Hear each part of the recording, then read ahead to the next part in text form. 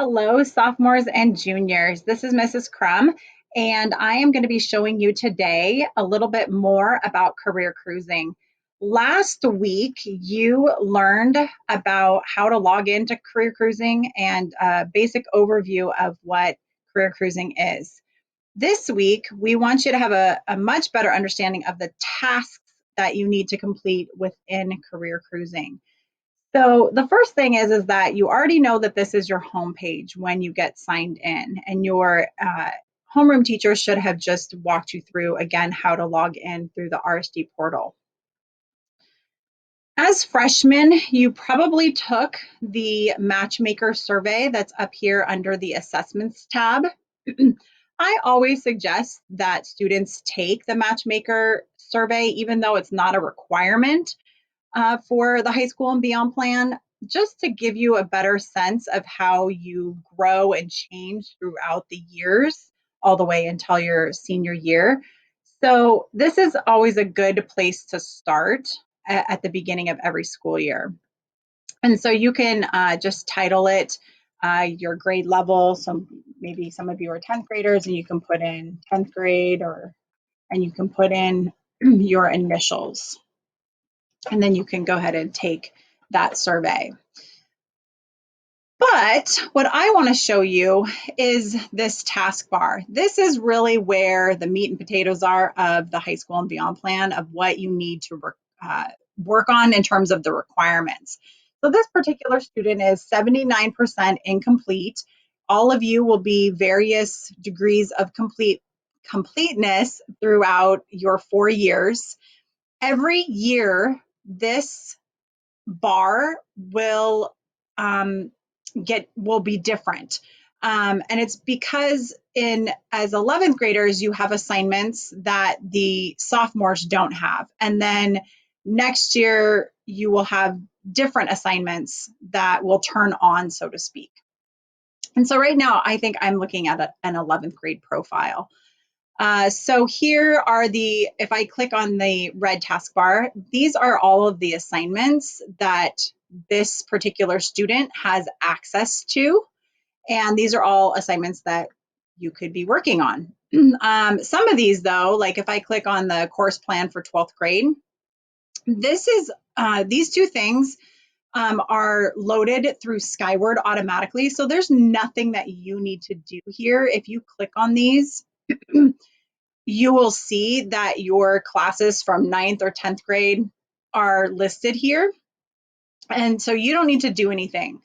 This is automatically uploaded through Skyward into Career Cruising. And so that's one less thing that you need to do. So you can go ahead and skip that. All right. If you have these 4 things listed: extracurricular activities, hobbies and interests, skills and abilities, and awards and certificates.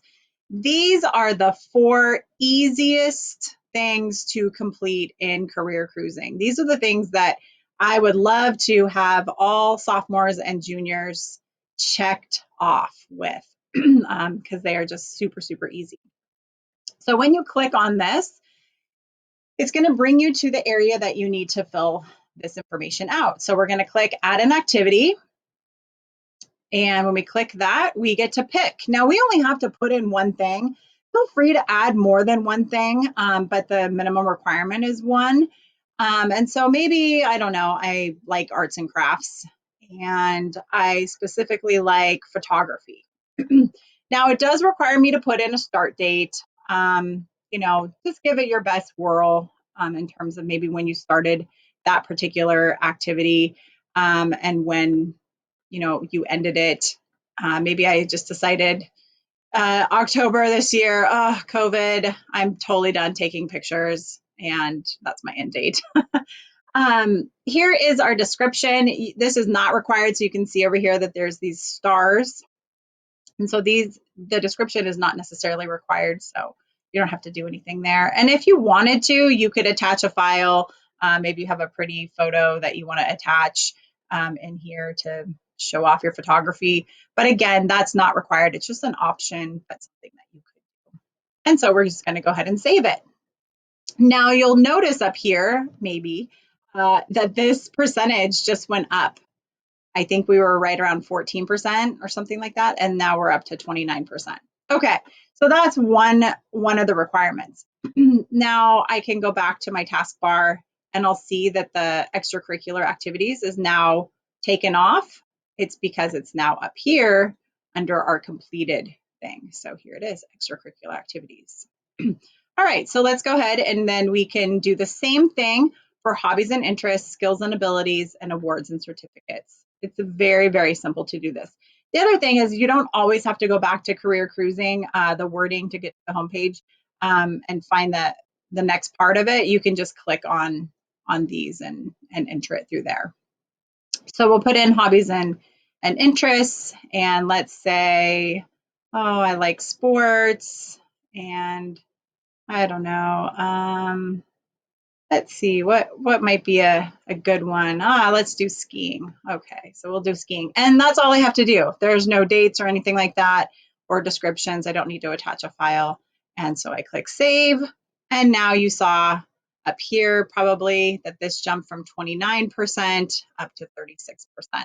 And again, the requirement was only one, but you can go ahead and enter in more if you want to. And so then we can do career planning activities, skills and abilities, awards and certificates.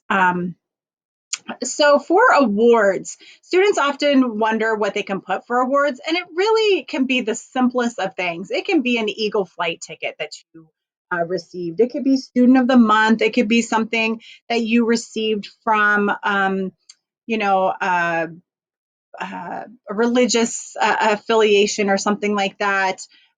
Maybe you're proud that that you got something for a sport, or you earned your food handler's permit, or really anything. And it's okay if you are in 10th grade and you've never received any of those things. Just hold off until maybe you're a junior, until you get an award or certificate.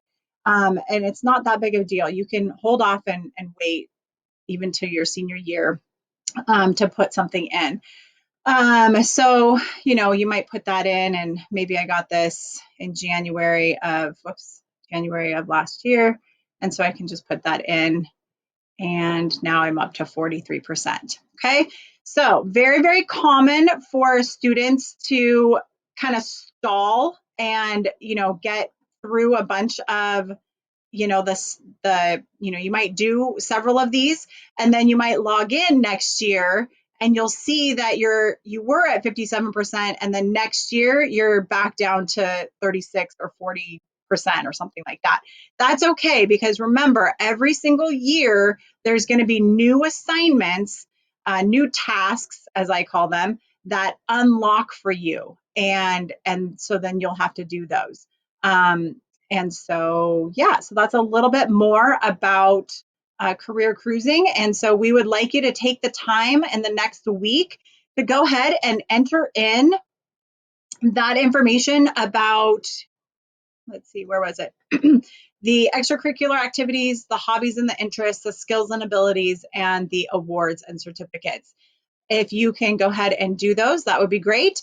And again, feel free to add multiple of them. You don't have to just do the bare minimum. It's kind of nice, and you can reflect upon that as a senior when you get closer to that time period.